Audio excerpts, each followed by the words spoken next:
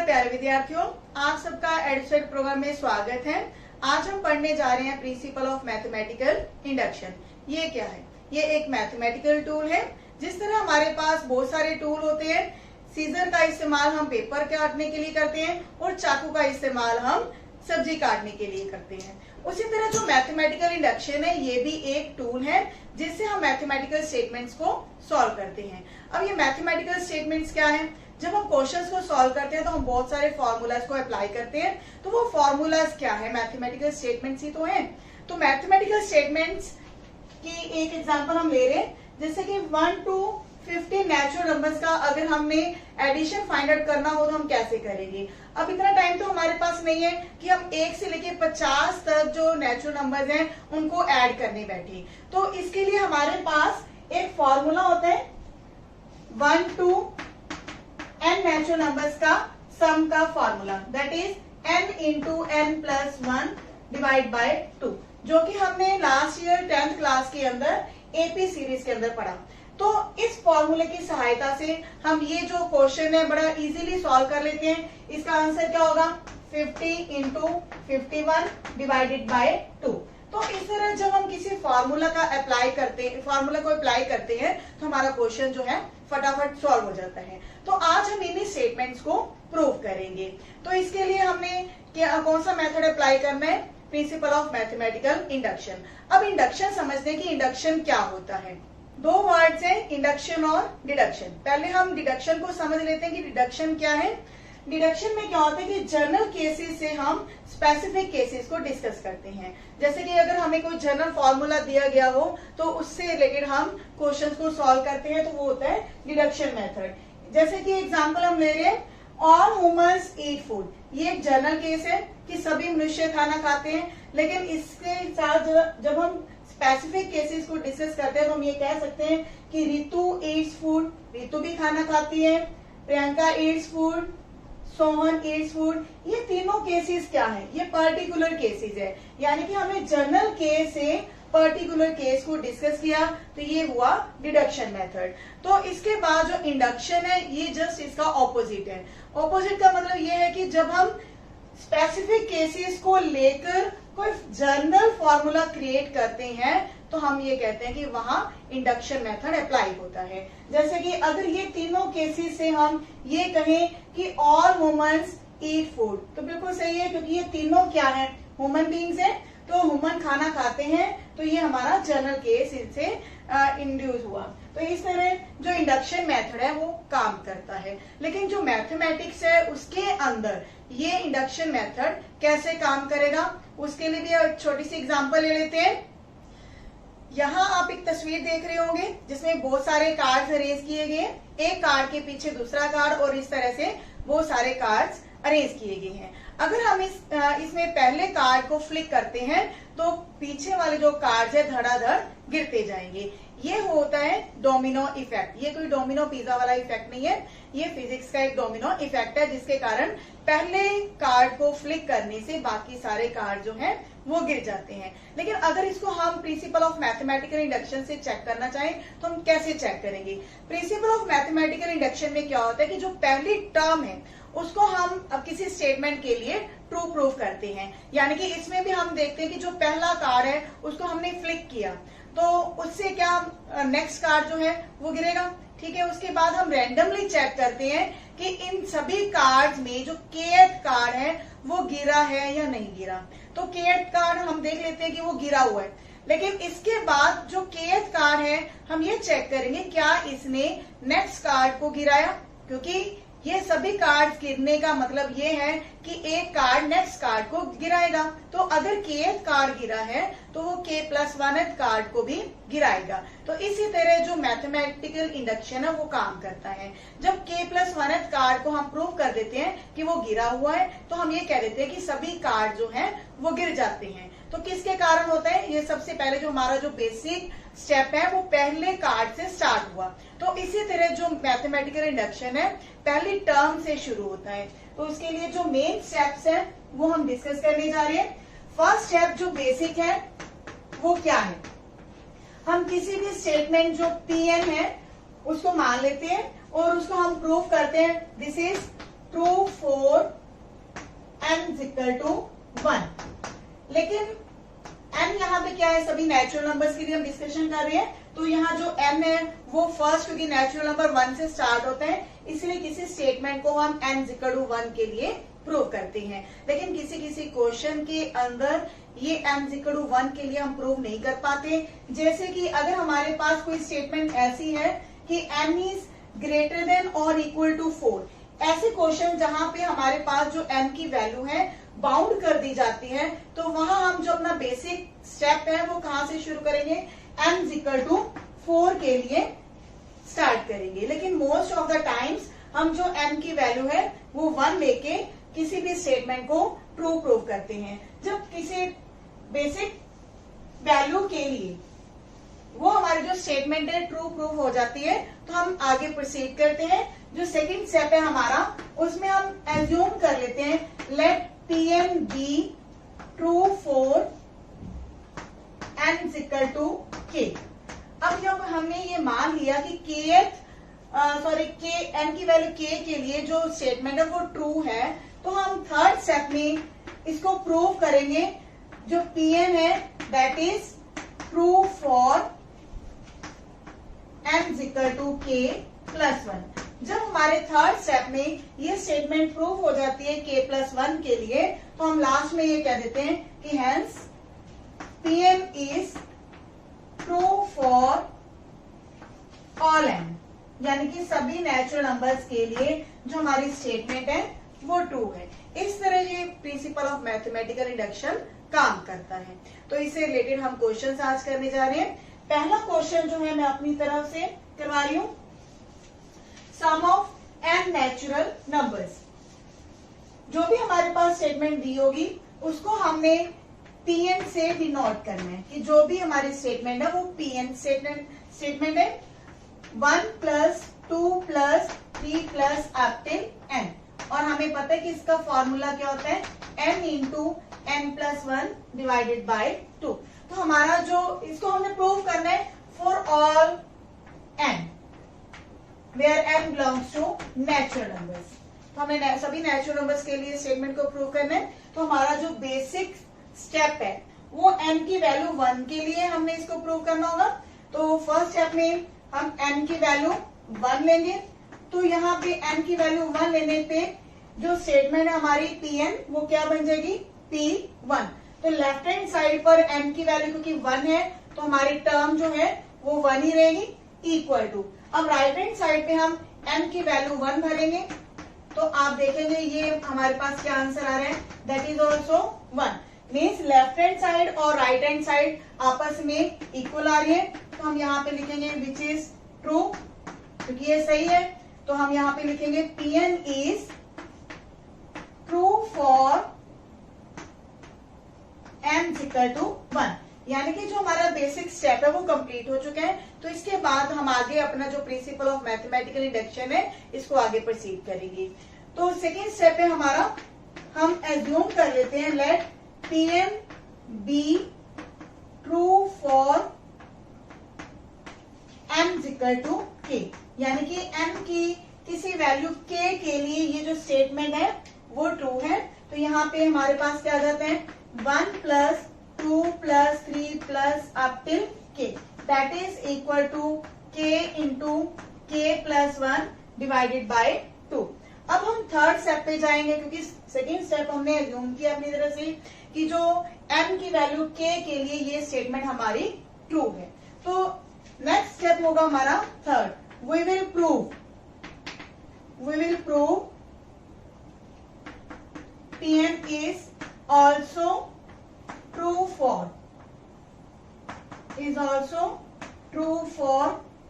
n equal to k plus 1। तो इसमें हमने क्या करना है कि जो हमारी स्टेटमेंट है उसमें हम लेफ्ट हैंड साइड और राइट हैंड साइड दोनों को सॉल्व करेंगे और देखेंगे कि ये दोनों इक्वल हैं या नहीं है। लेकिन इस स्टेप के लिए हमें सेकेंड स्टेप का भी यूज करना होगा। तो हमारा जो थर्ड स्टेप है उसमें हमारे पास क्या आएगा, लेफ्ट हैंड साइड पर 1 plus 2 plus 3 plus up till k and k plus 1। Value k plus 1 डालेंगे तो हमारे पास लास्ट टर्म क्या होगी k प्लस 1 और उसके पीछे वाला जो नेचुरल नंबर होगा वो क्या होगा k। Now this is equal to, क्योंकि इन k टर्म्स का एडिशन हमने सेकंड स्टेप में प्रूव किया है, that is equal to k plus 1 divide by 2 और जो हमारी लास्ट टर्म है वो क्या है k प्लस 1। तो यहाँ आप देखेंगे दोनों टर्म्स में कुछ कॉमन है, दैट इज k प्लस 1। तो इस टर्म से भी हम k प्लस 1 बाहर ले रहे हैं और इस टर्म में से भी हम k प्लस 1 बाहर ले रहे हैं। तो हमारे पास इस ब्रैकेट के अंदर क्या रहेगा k divided by 2 plus 1। LCM लेने के बाद हमारे पास ये चीज आ जाती है k plus 1 k plus 2 divided by 2। तो अगर हम राइट हैंड साइड को चेक करेंगे, इसके बाद हम राइट हैंड साइड को भी चेक करेंगे कि क्या वो k प्लस 1 के लिए जो हमें आंसर दे रहा है क्या वो लेफ्ट हैंड साइड के इक्वल आ रही है नहीं।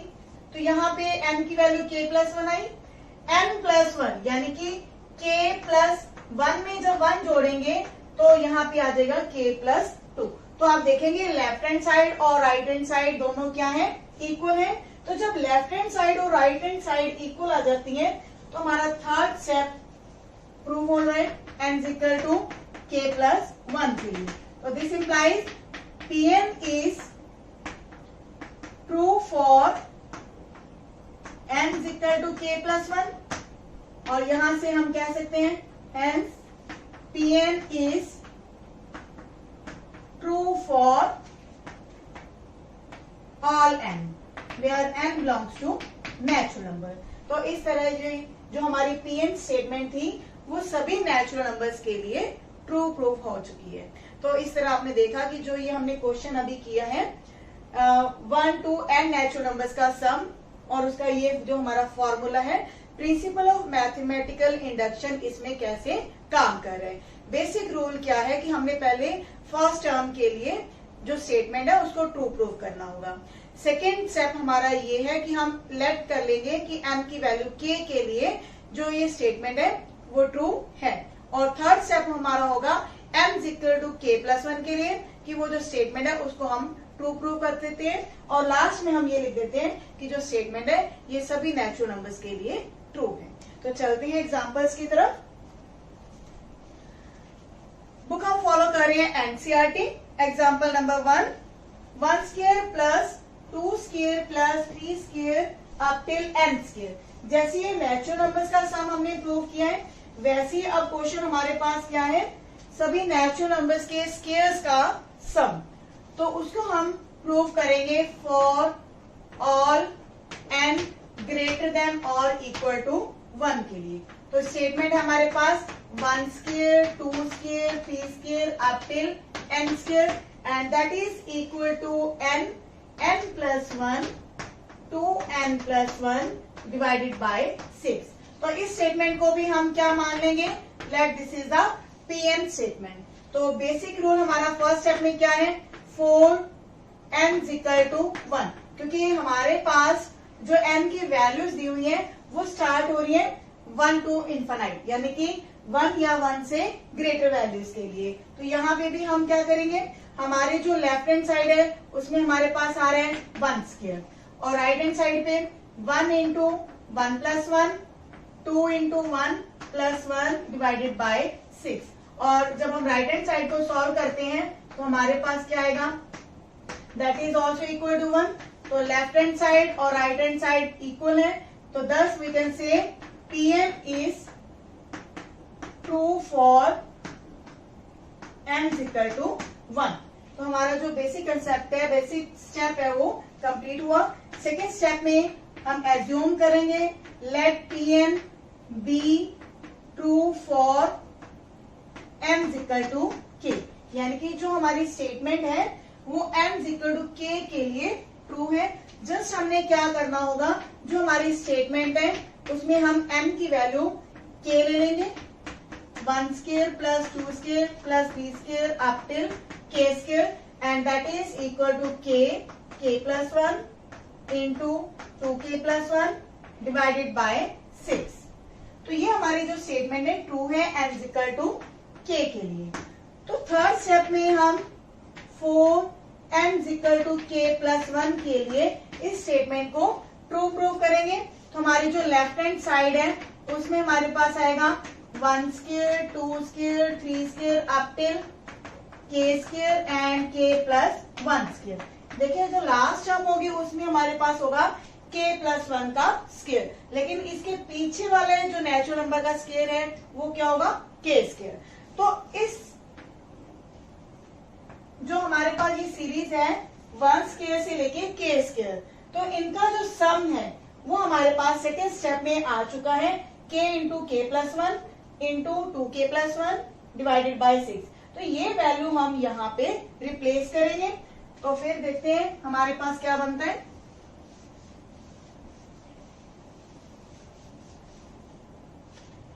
तो यहाँ पे हमारे पास आएगा k+1 × 2k+1 divided by 6 plus k+1 का स्क्वायर। तो यहाँ पे भी आप देखेंगे कि जो हमारी लेफ्ट हैंड साइड है इसमें ये दो टर्म्स हैं जिनमें k+1 कॉमन आ रहा है, तो k+1 को हम कॉमन ले लेंगे और यहाँ पे हमारे पास आएगा k 2k+1 प्लस में है k+1, लेकिन फर्स्ट टर्म के डिनोमिनेटर में 6 भी है। और जब 6 को हम एलसीएम में लेंगे तो यहाँ पे हमारी जो सेकंड टर्म है वो 6 टाइम हो जाएगी। तो यहाँ पे आप देखेंगे ये क्या आया k+1 जो कि हमारे पास ऑलरेडी कॉमन है, ब्रैकेट्स को ओपन करेंगे 2k² plus k plus 6k plus 6 divide by 6। तो हम जो ये दूसरा फैक्टर है k+1 के साथ इसको हम फैक्टराइज करेंगे, क्योंकि यहाँ पे हमारे पास आ जाएगा 2k² plus 7k plus 6 divided by 6। तो by splitting the middle term, क्योंकि बीच में हमारे पास है 7k और दो टर्म्स में ऐसे डिवाइड करना है कि उनकी जो मल्टीप्लाई होगी वो क्या आ जानी चाहिए 12k²। तो 12k² के दो पार्ट कौन से होंगे 3k × 4k। तो इस तरह से हमारे पास ये फैक्टर आ जाएंगे 2k plus 3 and k plus 2 divided by 6। तो ये हमारे जो तीन फैक्टर आ चुके हैं। अब हम राइट हैंड साइड पर चेक करेंगे कि जब हम इनमें k की वैल्यू k+1 लेते हैं तो ये आप चेक करेंगे यहाँ पे k+1 आ जाएगा और यहाँ पे सिमिलरली k+2 बन जाएगा। और जब यहाँ पे k की वैल्यू k+1 लेंगे तो वो वैल्यू हमारे पास आएगी 2k प्लस 3 डिवाइडेड बाय 6। तो इस तरह हम ये कहेंगे कि जो लेफ्ट हैंड साइड है और राइट हैंड साइड है वो आपस में इक्वल है। राइट हैंड साइड पे भी हमारे पास सेम फैक्टर्स आएंगे k+1 k+2 2k plus 3 divided by 6। तो यहाँ पे हमारे पास आएगा left hand side is equal to right hand side, thus Pn is true for n is equal to k+1, thus Pn is true for all n where n is greater than or equal to 1। हमारे second example क्या है, prove that 2n is greater than n for all positive integers n। तो second example को भी हम prove करने जा रहे हैं।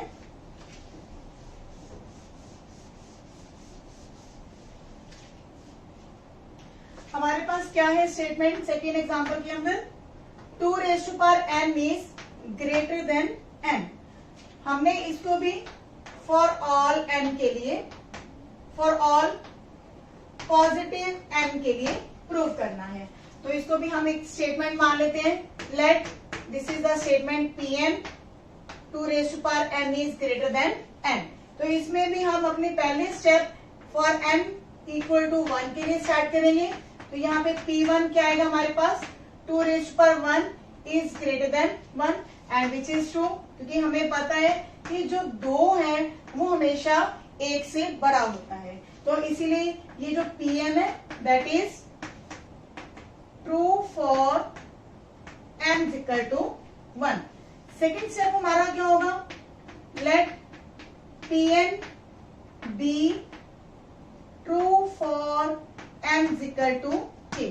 हमने एज्यूम कर लिया कि जो हमारी स्टेटमेंट है ये ट्रू है n इक्वल टू k के लिए। तो यहां से हमारे पास p के स्टेटमेंट क्या आ जाएगी, 2k is greater than k। तो हमारा जो थर्ड स्टेप है उसमें हम इस स्टेटमेंट को n equal to k plus 1 के लिए प्रूव करेंगे। तो जो हमारी स्टेटमेंट है p k प्लस 1 वो क्या आएगी, 2k प्लस 1। हमें क्या चाहिए, 2k। तो यहां से हम एक पावर इसकी जो है वो सेपरेट कर देंगे। क्लियर है। तो इसके बाद क्या आएगा, 2k इंटू 2, सॉरी मैं इसको रिपीट कर रही हूं। अब 2k क्या है, that is greater than k। तो ग्रेटर देन k इंटू 2, तो ये 2k बन गया। अब 2k को हम लिख रहे हैं k प्लस k। अब कोई नंबर k जो कि 1 से बड़ा है उसको हम ये लिख सकते हैं that is greater than k plus 1, क्योंकि हम n की वैल्यू 1 के लिए जो स्टेप है ऑलरेडी क्लियर कर चुके हैं। तो जो n की वैल्यू k के लिए हमने सेकंड स्टेप माना था वो k क्या है, 1 से ग्रेटर है। तो ऑब्वियसली यहाँ पे हम जो k प्लस k लिख रहे हैं उसको हम लिख सकते हैं it is greater than k plus 1। तो यहाँ से हमारे पास ये वैल्यू आ चुकी है 2k plus 1 is greater than k plus 1। तो ये हमारा जो थर्ड स्टेप था वो प्रूव हो चुका है। तो इसके बाद हम इजीली कह सकते हैं कि जो Pn स्टेटमेंट है that is true for all positive n। तो इसके बाद एक एग्जांपल हम और कर लेते हैं ताकि ये जो आपको मैथमेटिकल इंडक्शन है और अच्छे तरीके से समझ आ सके।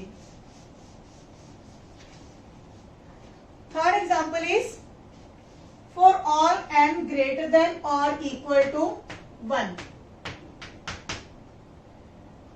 we have the statement 1 divided by 1 into 2, 1 divided by 2 into 3 and so on।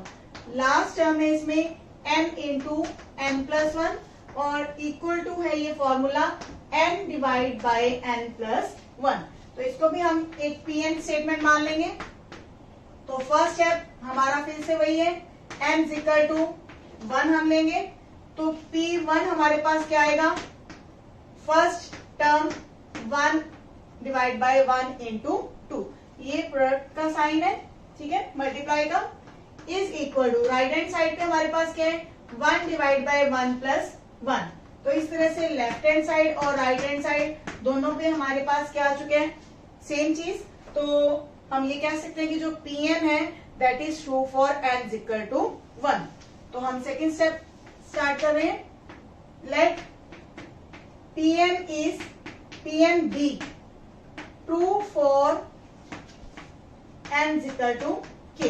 तो सेकेंड स्टेप में हमने एज्यूम किया, तो जो हमारी p के स्टेटमेंट है वो क्या आएगी, 1 divide by 1 into 2 up till 1 by k plus 1 plus last term होगी k plus 1 and k plus 2।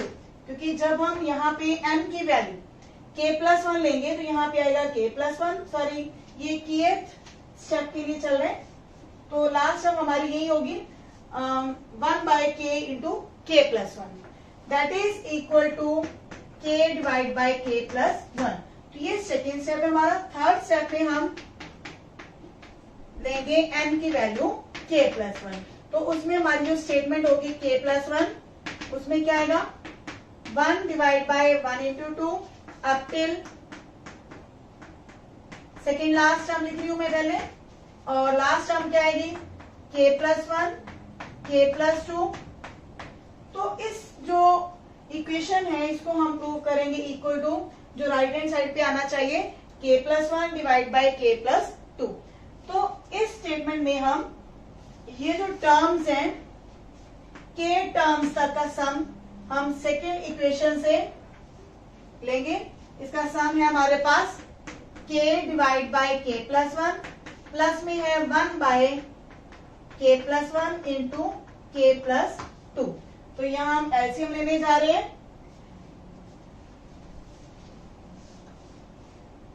LCM लेके हमारे पास क्या आएगा, डिवीजन में k plus 1 into k plus 2, क्योंकि पहली टर्म में k प्लस 1 ऑलरेडी है तो यहाँ पे ऊपर न्यूमिनेटर में k+2 मल्टीप्लाई में आएगा एंड +1, तो यहाँ पे हमारे पास आएगा k² + 2k + 1 डिवाइड में k+1 k+2, और ये किसके बनेगा फॉर्मूला, k+1 स्क्वायर का, डिवाइड में आएगा k+1 k+2। तो इसके जो दो फैक्टर्स हैं k+1 स्क्वायर में, उसमें एक फैक्टर जो है k+1 नीचे से कैंसिल होगा, तो हमारे पास आएगा k+1 divide by k+2 and which is equal to right hand side, क्योंकि राइट हैंड साइड पर m की वैल्यू k+1 लेने पे ये हमारी सेम चीज बनेगी। तो यहाँ हम कह सकते हैं कि जो Pn है that is true for m is equal to k+1 and hence Pn is true for all n। तो यहाँ आप देखेंगे कि जितने भी क्वेश्चंस हैं प्रिंसिपल ऑफ मैथमेटिकल इंडक्शन से रिलेटेड वो सभी आसान हैं और बिना किसी हेल्प के आप सभी क्वेश्चंस फटाफट सॉल्व कर सकते हैं। और देखते रहिए आप एडिसेट प्रोग्राम्स को। मिलते हैं नेक्स्ट वीडियो में। धन्यवाद।